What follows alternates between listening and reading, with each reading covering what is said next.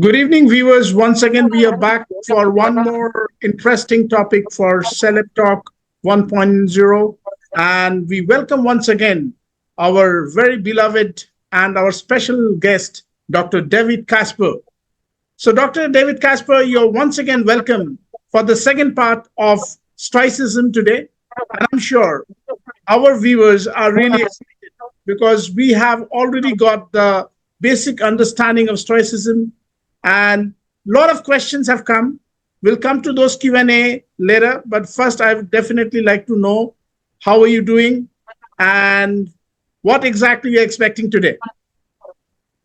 I am having a wonderful day. Thank you. And thanks for having me back. What can we expect today? We're going to have a great conversation about what I consider the greatest philosophy of human greatness, Stoicism.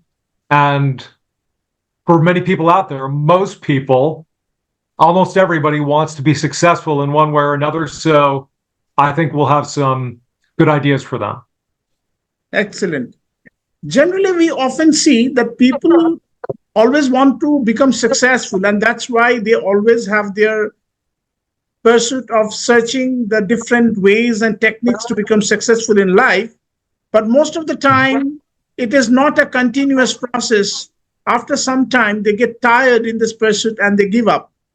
But why exactly? We cannot condition our mind, or is there some kind of cycle which we have to follow? Or there is some spiritual connection to this journey of success. So many of us, we have the information, but not a complete information. So I would like to know from you, Dr. Casper. Well, that's a great question. And I think it's important to look into what personal development is. And so personal development is a process by which people improve themselves and improve their lives. There's a focus on success, better mental functioning, and improving your relationships, things like that everybody would want. Now, we get to a little problem when you try this yourself or when you talk to other people who have tried it, because I've had the experience, and I know millions of other people have had the experience. You follow a certain personal development program, it goes great, you're excited, and then a few weeks later, or even within a month or so, it runs out of steam. And what do? You say, well, I'm either not doing it right, or I have to get something else. So people jump to another book, they jump to another course, and that's pretty common. And I think the fundamental reason that happens is because these programs were not designed to live your entire life by, because of their more narrow focus. And when you look at philosophies like Stoicism or Plato's philosophy, when you look at all the major religions, they're different in this way. They cover the fundamentals in life and not just the issues of success. So they are what you are to live your life by over time, and take whatever religion you would like, or even secular outlooks like Confucius or Taoism, and you'll see, okay, this will include issues related to my success, but it's a philosophy of life. And I would say there are exceptions where someone can just read one personal development book, and then, okay, after they do everything that's said, they start having a better life, they start having more success. But what people don't understand is those people were at the stage where they just needed a few important changes to their thinking and their outlook. But then this is one of the reasons I'm very excited about my program, High Performance Stoicism, because yes, success is important in life.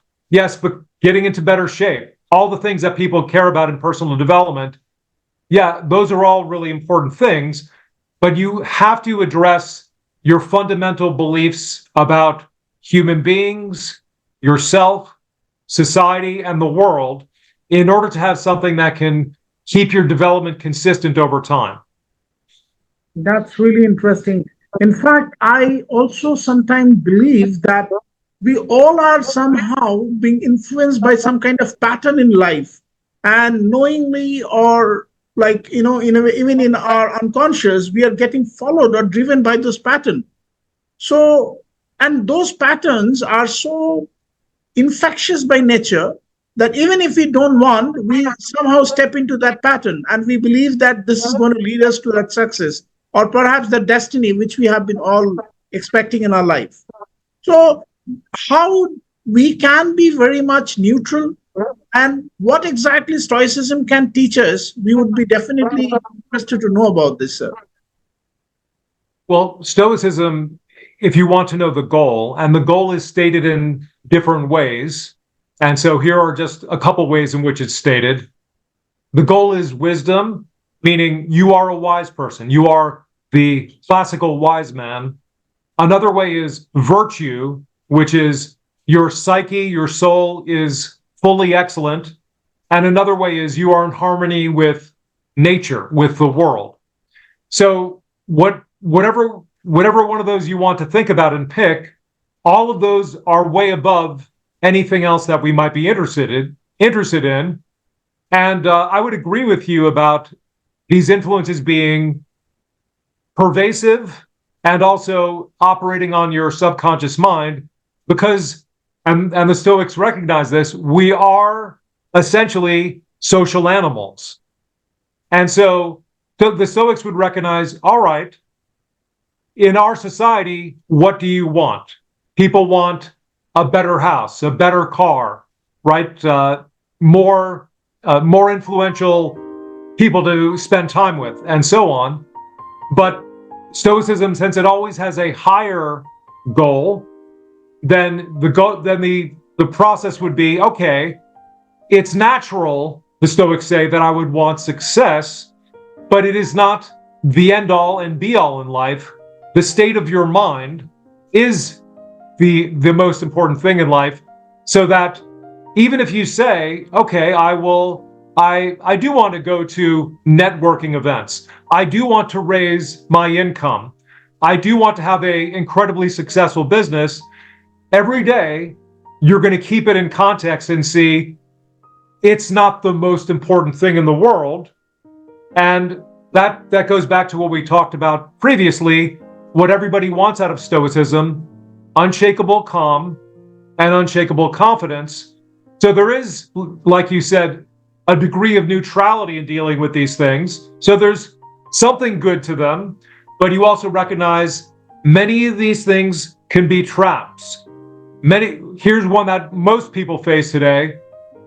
People are getting addicted to their phones, and if you aren't careful, you're going to be doing that too. So wisdom is always paramount. That is, in the broadest sense, what is a check against getting caught up in everything and being a slave to it. That's so true. And in fact, in the modern world, I believe that we all have got our own addictions. And the way how we get trapped into those addictions, we never know that. And in our unconscious, we are really becoming a slave of those technology. So, as you rightly pointed out, that we actually get into this process of trying to follow our addiction or maybe what you call as an ambition, but how actually we can be very conscious at the same time we are also effective in achieving our goals by following some simple step, and how even a very normal person who may not have so much of access to stoicism or the different faiths in the society, how exactly one can prepare as he goes through the entire turmoil of life, and how one can also make sure that sooner or later the person can achieve the success. Well, that's it's important to address both of these things, the traps that we could get into, Yeah, but still you want to be generally involved in the stream of life yeah, and be connected to other people, You want to be active and you also want to have some influence because you don't want, everybody wants we all would wish the best people would be governing us in society, but we have to think about, well, maybe they're not such good people. So we do have to be involved in life if we want to be respected, if we want fairness towards us, our families, our group, and so forth.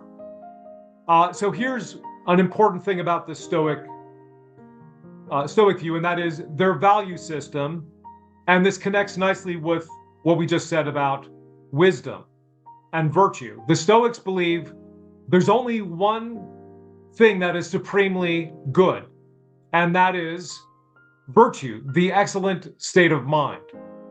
And the anything else that you think is good is helpful in life. It might be, you might want it, but ultimately it will not bring you happiness. So let's just take these there's in a way two value systems. One is virtue is the supreme good, and then other things such as wealth, health, and good social standing. The Stoics say ultimately, even though these are in line with our nature, we understand why people want to be successful. They want wealth. They want to have good social standing. They want to be healthy. Ultimately, none of these in themselves, or even in a combination, will make you happy. Because we're all familiar with very rich people who have great social standing. They're really healthy, but they're miserable. And that's because what did they do? They didn't focus enough on the state of their psyche, on the state of their soul. And so that's the only thing that could make you happy, where your mind is in harmony with the world. You've become a wise person. And so this also answers your question about the traps of the world. Here's the way I'm not going to be a slave. Everything that I favor, right? My house, my car, and I think it's beautiful. I have to keep in mind, okay, this is not the most important thing. So if something bad should happen to my house, it won't be the end of the world, right? If my car gets wrecked, it won't be the end of the world. And what do people say? They say this all the time after a really horrible accident to their property. They say, well, at least I'm okay and my family's okay. So Stoicism would agree with that priority, but here's the problem. And everybody, and you've probably heard thousands of stories from biographies, from interviews on YouTube, of people becoming very wealthy, and they find that it's empty. It doesn't give them everything they thought it would give them, because the Stoics say it won't make you happy. So it's important to separate these things, and everybody could agree with, well, that does make sense, that even if I should lose my money, I can find a way to be happy. Even if that makes sense, here's the big thing most people do not do. They don't say, I am going to live by that kind of value system where, on the one hand, there's the state of my mind, my psyche, my soul, and on the other hand, there's all these other things which, okay, it's good to pursue these, but you can't make them the most important thing. So the main thing I would say is, and this connects to something we talked about the first time, some things are in your power, some things are out of your power. The externals, it's okay to want them, but don't become a slave of them. And then when you stop being a slave of the car, your house, your job title, then it makes you free, because people can't use things against you to go against what you think is most important. So if I really want to understand from a very simple perspective that Stoicism is a way which actually helps you to align with the original form of life, where one can understand that what could be the very minimalist way to live, or what could be a very, a very conscious way to to consider that what exactly we should think our success and what is not. So many times we get frustrated. We are setting wrong examples, or we are just trying to achieve something which is not at all realistic in our life. So in a time when everybody is a part of the rat race and we just want to achieve, particularly I see here in the most of the developed countries and the cities, people are trying to outperform, and they're trying to be the best in this process, and they say that if I cannot do it, I am not successful. And the same thing they're teaching their children. So unfortunately, they are being brought up in such a process or a competition that every time they think that they have to outdo and outperform people. And if they cannot do that, that means their life is really not successful. So what exactly would you like to say, Dr. Casper, here? Well, those are a real set of problems. And since I deal with many people who are entrepreneurs, there's all kinds of things that can really wreak havoc on your life. And one of them is burnout. One of them is you lose your soul on the way to getting these really high goals. And the Stoic view is, and here's a great Marcus Aurelius point about this. And number one, this is going to help you. This is going to help you keep some of this noise out. But even better than that, you will become more focused and become a better performer if you keep it in mind. And it is focus on your thread of the web. So in the entire world, there's all these different threads. Consider them people's lives, and all the other things, all the animals, trees, etc., mountains. But over time, your life is a thread, and it's a single thing. And you only get one of these in the Stoic view. And here's the way to think about it. Focus on your thread of the web means your life, that's important to you. And the most important thing in it is your state of mind. Are you ultimately a virtuous person or not? And so by keeping in mind, all right, virtue is the supreme good, then and so once you start to think about what that would involve to work your life to become a better and better person, and here's a key part of it, which everybody who's interested in success will appreciate. Well, one of the things that will tell you whether you're progressing in Stoicism is, how are you able to handle events? And so what events? All events. So there are things that get in your way, annoyances. There are emergencies. And one of the supreme goals of Stoicism is being virtuous means you are a virtuoso, you are a maestro, you are an expert in handling events. But always keep in mind what is the, again, most important thing, that is wisdom or virtue.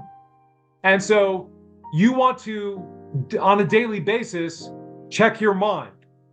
Am I valuing the right thing? Because two people can have the same success financially in a year. Two people can make $1 million, but one person will say, I'm making the dollar or whatever the euro. You can make that God, or you could say, no, money's not that important. And here's where it gets really interesting. I'm going to try to enjoy, it takes a while, I'm going to enjoy the process of performing better and better, presenting myself as a person to the world. And one key part of Stoicism is every human being is my brother or sister. So I'm not looking at everybody in terms of, I have to beat this person, I have to destroy this person. And some people, to be successful, they tell themselves crazy things like that. And it's better to say, well, okay, I'm ready to be an outstanding person in my field, but then that's my focus. I'm focused on my thread of the web. And what's included in my thread of the web? Well, my family. They're more important than winning some award. They're more important than people saying, wow, you've become a billionaire, because these are illusions. These are mirages. And almost everybody who is focused on just making money that I've heard about, when they've got there and they're honest, they'll say it was an empty feeling. You don't have to do that. Just focus on being a good person, improving your mind every day, becoming wiser, and saying, okay, this is a challenge. Great. Stoics love challenges, and it's going to take some balancing, but I'm going to make it my way. That's the way I would put that. Awesome. So, Dr. Casper, what I understand that the conditioning of the mind is a real challenge. So how you condition yourself and how you condition. It's, we have food for the health. We need a nutrition for the body. In the same way, we need the nutrition for the mind. So what exactly is what we are consuming on a daily basis? The kind of association, the kind of books, the kind of people whom we are reading, that matters a lot. So when you, as a professor, as a doctor, when you are handling different sessions and the clients and particularly the workshops, and you are a high performance coach, I want to know from you that what exactly do you really apply to your students and the audience? What exactly do you think is really required to become a high performer? Because we are every time getting a lot of distractions in our life.